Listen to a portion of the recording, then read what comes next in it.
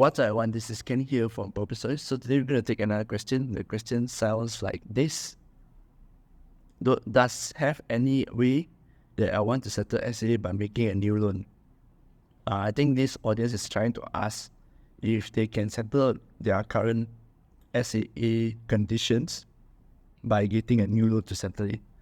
Again, I would like to reiterate, depends on what SAA and what type of loan you are taking. Example here, let's just say you have an SAA for credit card or personal loan. If you want to take a new credit card or personal loan to cover this, no, you can forget about it, okay? But if you want to buy a housing loan, if you want to get a housing loan, where maybe your SAA is just like what, $300 because you didn't pay the annual fees, you can just settle the SAA and then you get a housing loan, okay? So in short, it depends here on what SAA is happening.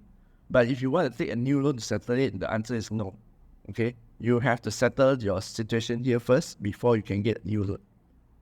I hope that answers the question. If you have any more questions, leave it around the comment below. I would like you to check out my playlist, Ask Property Stories. You can check it out here.